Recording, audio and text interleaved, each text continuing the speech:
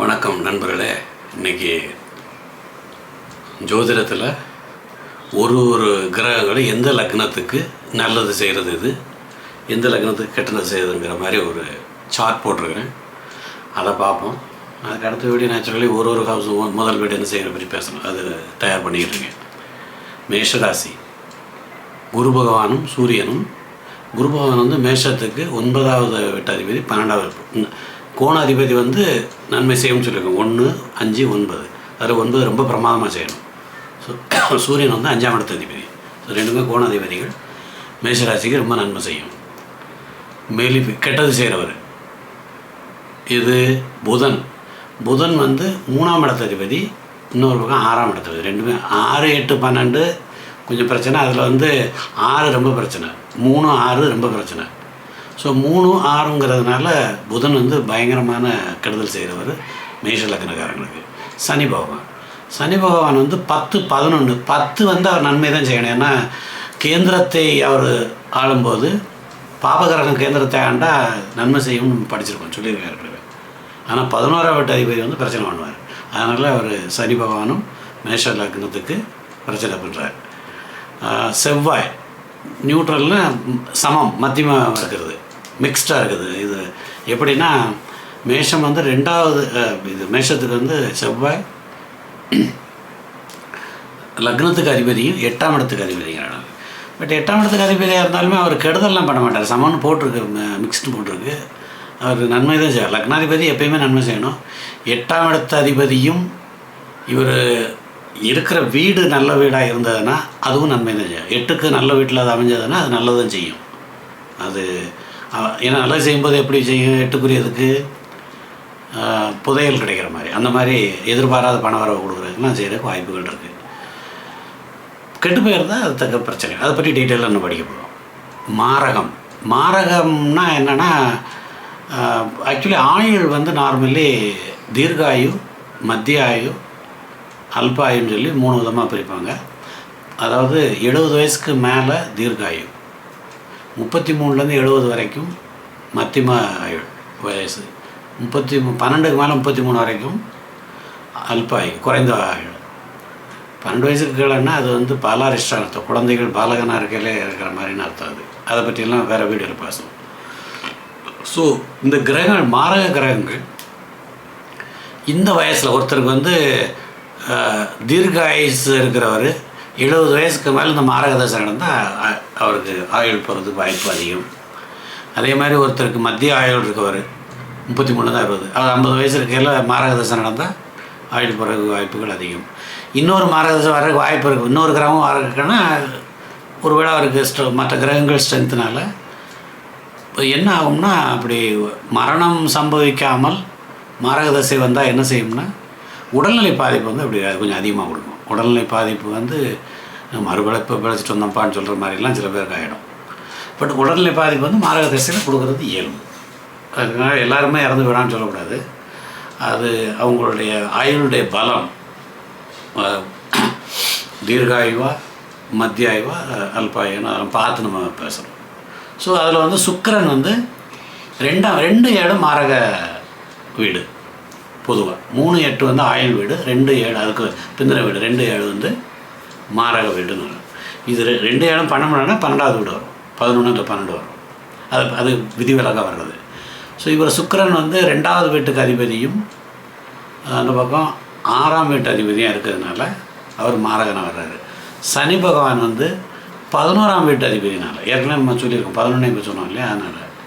ஆனால் 10 வந்து அவர் நன்மை செய்யணும். பாபகிரகங்கள் கேந்திரம் 10ஆம் இடத்தை ஆடுறதுக்கு வந்து ரொம்ப பிரமாதமாக நல்லது தான் செய்யும்.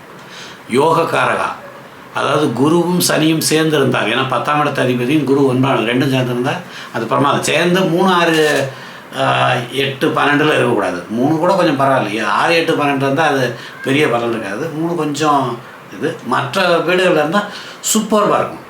அந்த மாதிரி அது யோகா அந்த கன்ஜங்ஷன் இணைந்து இருக்கிறது.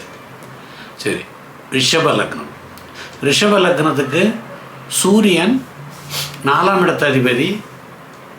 ஏன்னா கேந்திர அதிபதி பாவகிரகணம் நன்மை செய்வார். இவர் பாவகிரகணத்தில் வர ஒரு சூரிய பகவான், அதனால் சூப்பராக நன்மை செய்வார்.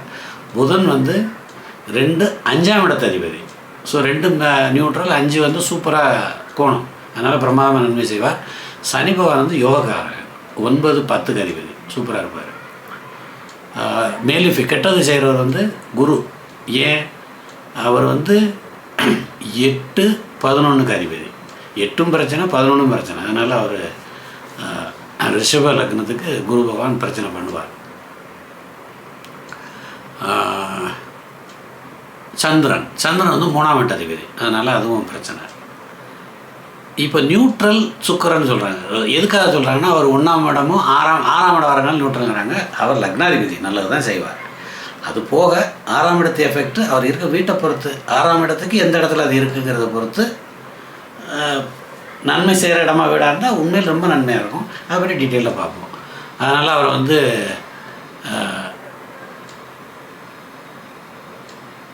நியூட்ரல், அதாவது சமம்னு சொல்லி மிக்ஸ்டு ரிசல்ட்டில் போட்டு வச்சுருக்காங்க.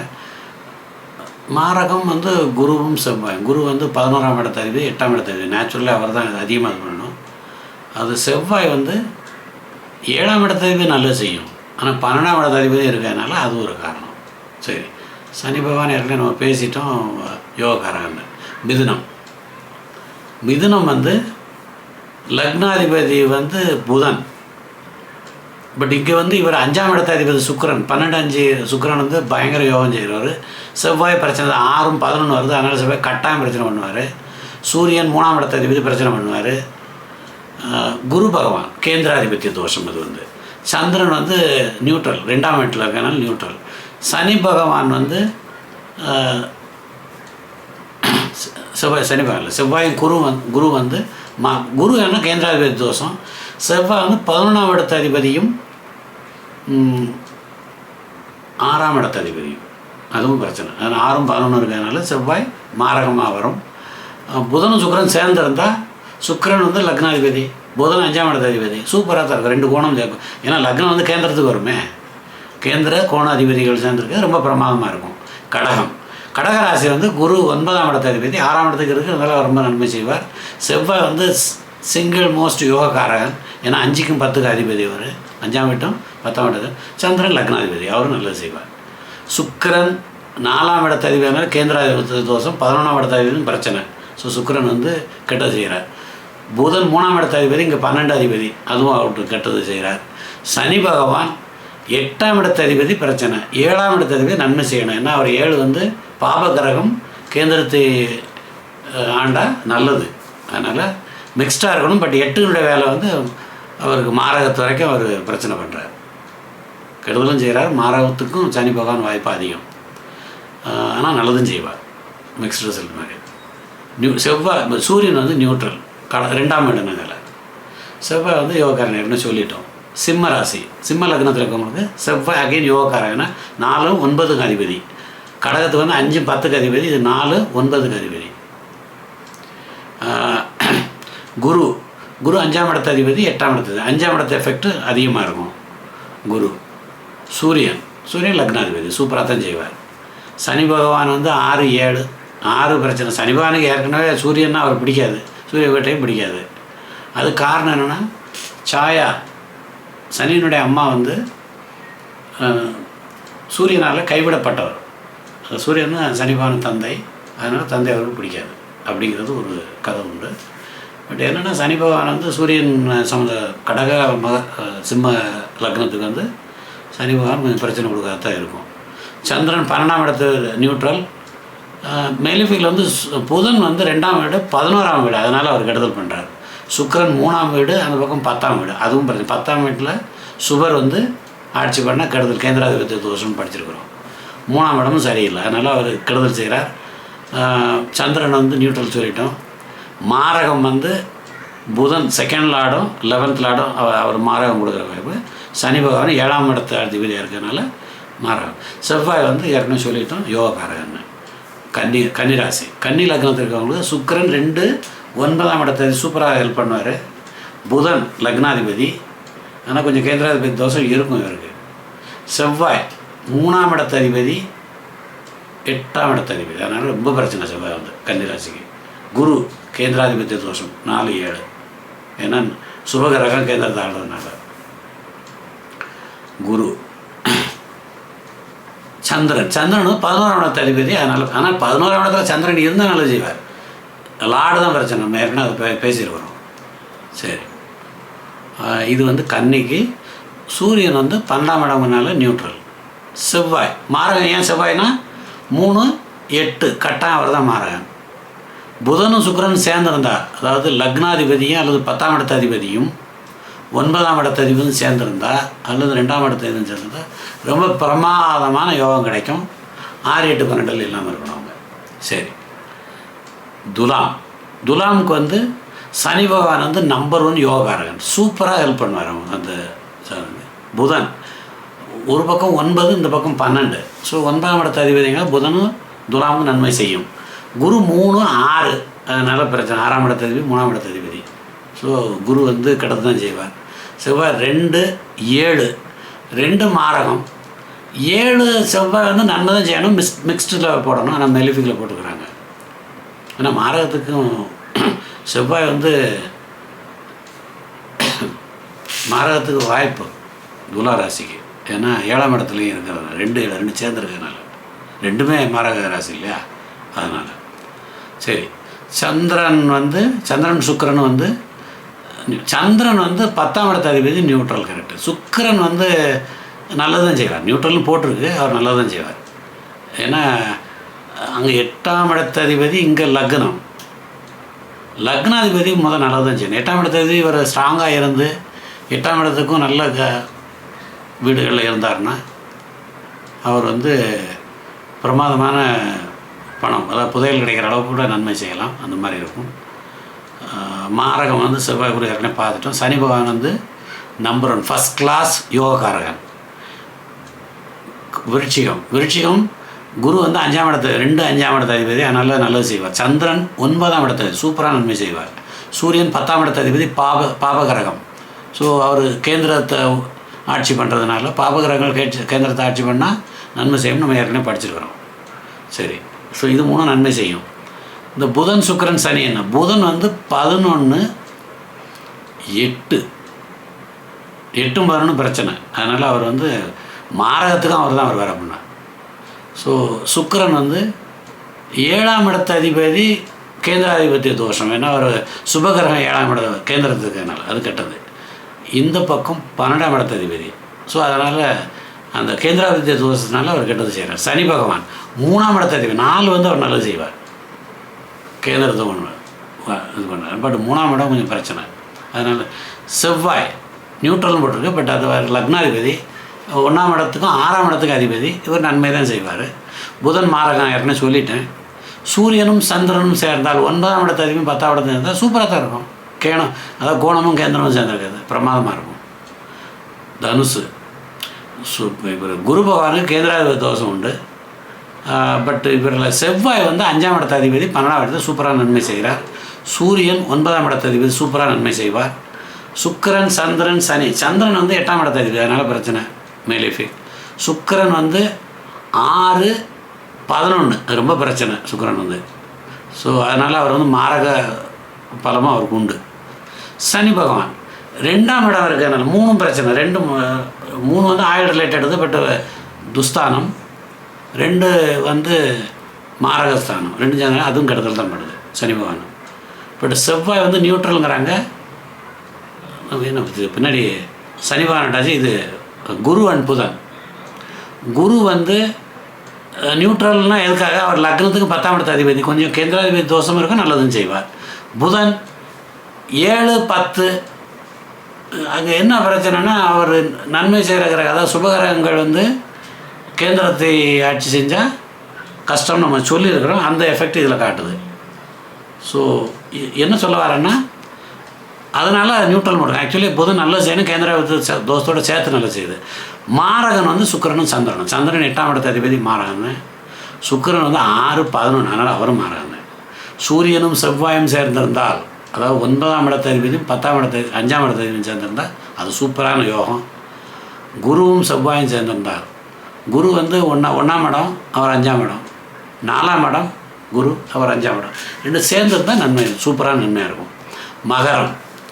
மகரம் வந்து சனி பகவான் வீடு. சுக்கிரன் வந்து யோகக்காரகன். ஏன் 5 9க்கு அதிபதி மகரத்தில். புதன் வந்து இல்லை 5 10 வந்து சுக்கிரன் அதிபதி. அதனால் அவர் நன்மை செய்வார். புதன் வந்து 9ஆம் இடத்து அதிபதி. 6 9 6 விட்டுருங்க, 9 சூப்பராக இருக்கும். அதனால் மகரத்துக்கு வந்து புதனும் நன்மை செய்வார். குரு 3 12 ஆனால் பிரச்சனை.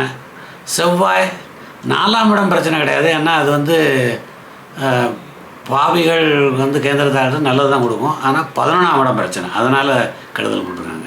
சந்திரன் 7ஆம் இடம் மாரகம், அதனால் கெட்டது. சூரியனும் சனியும் மாரகத்துக்கு நியூட்ரல். ஏன்னா சூரியன் வந்து 8 மட்டுங்கிறதுனால, வேறு எதுவும் சேர்ந்துருந்தால் அது பிரச்சனை. நன்மை இருந்தால் பிரச்சனை இல்லை, கெட்டது இருந்தால் பிரச்சனை பெருசாகும். சனி பகவானே எதுக்கு சொல்கிறாங்கன்னா ஒரு 2ஆம் இடம்னா மிக்ஸ்டாக இருக்கும், அது ஒன்றும் பிரச்சனை கிடையாது. பட் செவ்வாய் 11ஆம் இடத்து அதிபதினால மாரகாதிபதி. குரு பகவான் 3 12 இருக்கனால அவரும் மாரகாதிபதி. சுக்கிரன் சூப்பராக நன்மை செய்வார், யோகக்காரங்க. நம்ம ஏற்கனவே அதை படிச்சிட்டோம். கும்பம் சனி தான் ஆட்சியாளர், அவருக்கு அதனால் அவர் நன்மை செய்கிறார். சுக்கிரன் வந்து யோகக்காரகன். ஏன்னா 4 9க்கு அதிபதி, சூப்பரான நன்மை செய்கிறார் சுக்கிரன். பட் குரு 2க்கும் 11 4 பிரச்சனை. சந்திரன் வந்து 6ஆம் இடம் பிரச்சனை, 6ஆம் இடத்து அதிபதி. செவ்வாய் 3ஆம் இடத்து அதிபதி பிரச்சனை, 10ஆம் இடத்து நல்லது இவர். சரி, சூரியன் வந்து கும்பத்துக்கு 7ஆம் இடத்து அதிபதி. பாவி 7ஆம் இடத்தை ஆட்சியர் பண்ணுறார், கேந்திரத்தை ஆட்சியர் நல்லது செய்கிறார். நியூட்ரல்னு போட்டிருக்கு, ஆனால் நல்லதும் செய்வார். அவருக்கு தான் பிடிக்காது, சனிவான் தான். சூரியனுக்கு பிரச்சனை கிடையாது. புதன் வந்து 5 இந்த பக்கம் 8 5 நல்லது செய்யும். நியூட்ரல் போட்டிருக்கு, ஆனால் நல்லது செய்யும். ஆனால் குருவும் செவ்வாயும் 3 11 இருக்கிறது ஒன்று, குரு 2 3 10 இருக்கிறது ஒன்று, குரு வந்து 2 11. இது பிரச்சனைக்குரிய மாரக இது. சுக்கிரன் நேரம் நம்ம பேசிட்டோம். 12வது ராசி 12வது லக்னம் மீன லக்னத்தில் இருக்கவங்களுக்கு சந்திரன் 5ஆம் இடத்து அதிபதி சூப்பராக நன்மை செய்வார். செவ்வாய் 2 9 இருக்கனால நன்மை செய்வார். குரு வந்து 10 1 10 பட் கேந்திராதிபத்திய தோஷம் இருக்கும் இதுக்கு. சுக்கிரன் 3 கெடுதல், 3ஆம் இடங்கிறனால. அந்த பக்கம் 8ஆம் இடம் ரொம்ப கெடுதல். அப்போ சனி பகவான் 11 12 நியூட்ரலாக எடுத்துக்கலாம், பட் 11 பிரச்சனை, அதனால் அதுவும் கெடுதல் பண்ணுறார். சூரியன் 6ஆம் இடம், அதனால் கெடுதல். ஏன்னா 6 8 12 பேசியிருக்கோம், அதில் 6 ரொம்ப அதிகம்னு சொல்லியிருக்கிறோம் ஏற்கனவே. சரி, புதன் வந்து நியூட்ரல். ஏன் அவர் 4 7 கேந்திராதிபத்திய தோஷம் இருக்கும், நன்மையும் செய்வார். மாரகன் வந்து சுக்கிரன் 3ஆம் இடத்து அதிபதியும் 8ஆம் இடத்து கட்டாயம் ஒரு பெரிய மாரகன். சனி பகவான் 11 12 இருக்கிறதுனால சனி பகவான் மாரகன் தான். செவ்வாய் மட்டுமே யோகம் செய்கிறவர் 9ஆம் இடத்து அதிபதியாக இருப்பதனால். அண்ட் செவ்வாயோட குரு சேர்ந்திருந்தால் சூப்பரான யோகம் கொடுப்பார். செவ்வாயோட சந்திரன் ஏன்னா 5ஆம் இடத்து அதிபதியாக இருக்காங்க, அதுவும் நல்ல நன்மைகளை செய்யும். ஏன்னா செவ்வாய் 10, அது 5 5 10 கோணமும் கேந்திரமும் சேர்ந்த கருத்தம், அதனால் அதுவும் மிக நன்மைகளை செய்யும். ஸோ இந்த கிரகங்களும் இந்த லக்னத்துக்கு இப்படி நன்மை செய்யும்னு நம்ம படிச்சிருக்கோம். இந்த டேபிளில் நான் பச்சையாக போட்டிருக்கேன், க்ரீன் கலர் போட்டிருக்கேன்னா சூப்பராக நன்மை செய்வார்னு அர்த்தம். சிகப்பு கெடுதல் கொஞ்சம் செய்கிறாரு. அப்புறம் நியூட்ரலுக்கு வந்து நான் ப்ளூவாக போட்டிருக்கிறேன், பட் அதில் சிலது நன்மையும் செய்கிறது இருக்குது, நிறைய கெடுதல் கம்மியாக தான் இருக்கும். மாரகாஸ் ரத்த கலரில் போட்ட மாதிரி போட்டிருக்கேன், அது கொஞ்சம் மாரகம்ங்கிறது பொதுவாக மரணம் மட்டும் இல்லை, ஒரு உடல்நிலை பாதிப்பு ஏற்படுத்தி சரியாகிறதுக்கு வாய்ப்பு இருக்குது. ஆயுள் கெட்டியாக இருக்கிறவங்களுக்கு தான் உடல்நிலை பாதிப்பு போட முடியும். ஆயுள் முடிகிற நேரம் மாரக தசை நடந்தால் அது வேலையை பார்த்துட்டு போயிடும், அவ்வளோது. அந்த மாதிரி கணக்கு இது வச்சு இப்போ கிரகங்கள் ஒரு லக்னத்துக்கு எப்படி தொடர்புங்க பார்த்துருக்கணும். இனி வர்றதில் ஒரு வீடு என்னங்கிறத பார்க்க போகிறோம். அப்புறம் ஒன்று ஒன்றா ஸ்டடி பண்ணி ஜாதகத்தை ஓரளவுக்கு நம்மளாக புரிஞ்சுக்கிற அளவுக்கு நம்ம கொண்டு வர்றது நம்மளுடைய குறிக்கோள். நன்றி.